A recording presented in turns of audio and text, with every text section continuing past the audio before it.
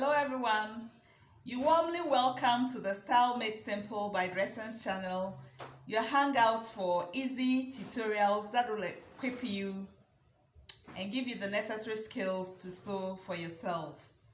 It is also a channel for lifestyle and fashion related tidbits.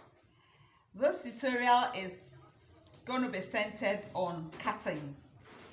Most often we tend to place more emphasis on the cutting that goes on the cutting table when we lay out our fabric, apply our measurements, and then we cut out. But throughout the whole sewing project, there are variations of cutting as and when the need arises, and also depending on what sewing methods you're using. And so come, let's go see when and how to cut what. So you're welcome back. For starters, we need a good pair of cutting shears. A good pair of cutting shears would be the one that has a little weight. The scissors should not be too light, and you should have one handle big enough to accommodate all the 4 fingers, and the other handle also small enough to take in the thumb. Now the edges or the tips of the scissors should have one end rounded, and the other tip of the scissors should be sharp enough. Now the scissors should be able to cut at the very tip, right through to the tip. The tip of the scissors should be able to cut. It is not only the middle of the scissors that should cut, but the tip of the scissors should be sharp enough to cut. So it means the whole length of the scissors should be able to cut. If your scissors does not cut at the tip, it means it is not a good cutting shears and you should change it. So I have this specimen here for demonstration purposes. It has all the shapes that I'll use to demonstrate the various ways of cutting. This is a neckline, more or less looking like a sweetheart neckline, but it has convex outlines. You have this area, you have the centerpiece, and then you have the other area, and then you have the armhole area that has a concave shape. And so we're going to be looking at how to clip these things in the process of sewing. Now with the convex area, the convex shape is the shape that goes inwards like this. So with the convex area, you clip very close to the stitches. The clipping should be very close to the stitches. That is why I emphasize that your scissors should be sharp enough to cut at the tip. So you clip both armholes, or you clip both shapes depending on what you're doing. You do your clipping very close to the stitching line, so you can turn over the facings and then have the armhole shape coming out beautifully. Now I'm done with the concave. Now when we get to the convex curves, what we do is the clipping is a little bit different from what we did with the concave. What we do is that we more or less notch the allowances off. You just make a short cut through, like trimming a bit of excess off, and then at the center you still clip, and then you continue notching the excesses off, and then you clip the corner. You have to clip the corner very close to the edge, and then continue notching. So this small cuts, more or less like trimming something off, is called a notch. We don't only use it for convex area, so at the end of the day this is what we're going to get. So we've eased up the seam allowance in such a way that when we turn over the facing and we press, our neckline is going to come out beautifully. Now with the notching, we don't only use the notching for convex areas, we also use notches to indicate positions.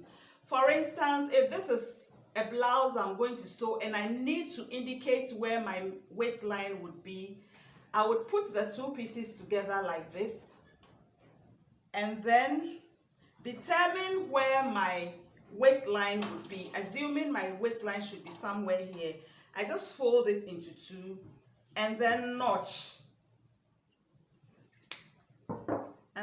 So once I open it up, the notching would show here on the left hand side, and the notching will also show on the right hand side. And so once you go to the pressing iron, you can just hold the notch on both sides, this side and then this side, and then press. So once you press, your waistline will be imprinted on the fabric. Okay, so this is another shape that we are going to use a different method of cutting for.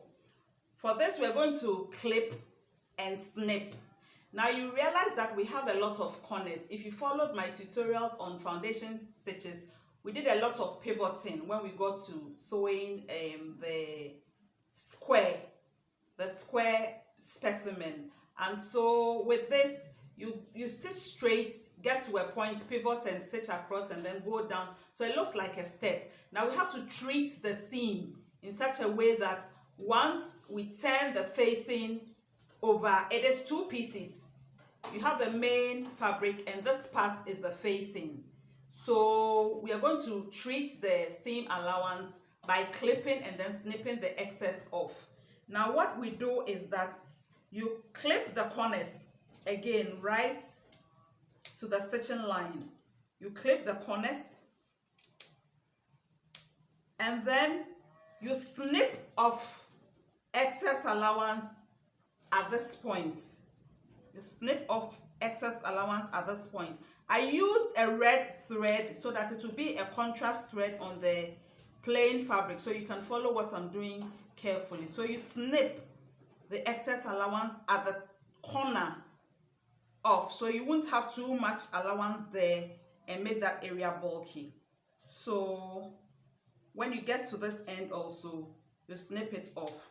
Now I'm going to be turning these things inside out and I'll press them, and then we're going to see how it turns out. So for this, it's clipping and snipping the allowances. So this is what we got. So I'm going to go press it and then present it to you. Okay, so basically it's very easy when you're cutting straight lines. You just have to open up the scissors and cut out with large strokes from one end to the other.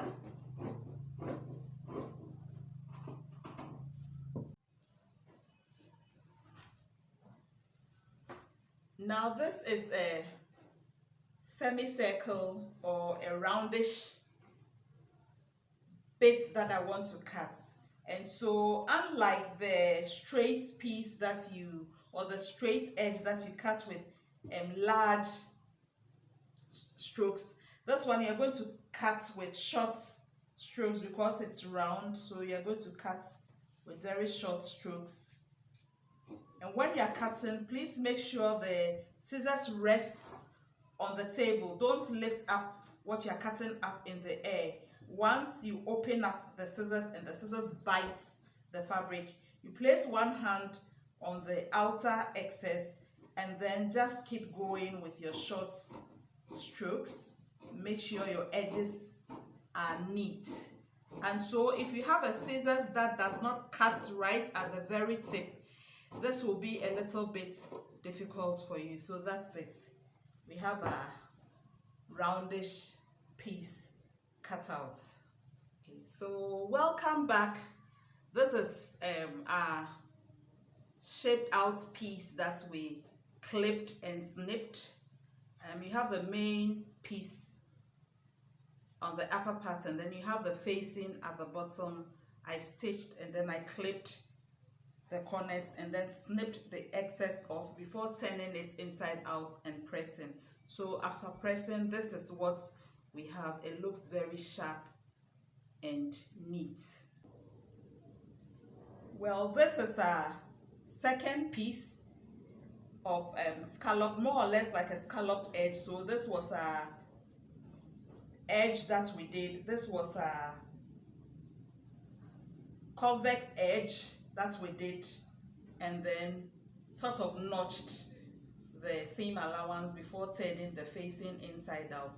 And this was a concave shape that we found at the armhole. So this is the wrong side, this is the facing. We've pressed it neatly, and then so this is the wrong side of the assignment or the specimen. This is the wrong side of the specimen, and then this is the right side of the specimen. So these cutting techniques on our shapes, straight angles, our convex curves, our concave curves, it's very important to know how to treat these areas or these edges, so that when you are done with your project, whatever outlines you intended having will come out beautifully. Welcome back. I hope you've been enlightened about the various and easy ways of cutting during the process of sewing. We are now on to our word segment, and our word segment for today is the word fashionista, really connected to the fashion industry. Now, the word fashionista means somebody in the fashion industry or an ardent follower or lover of fashion. And so until I see you, or until we meet in our next video tutorial, please subscribe to my channel and hit the notification button, so when new videos are uploaded you get notified. Till then, bye and God bless.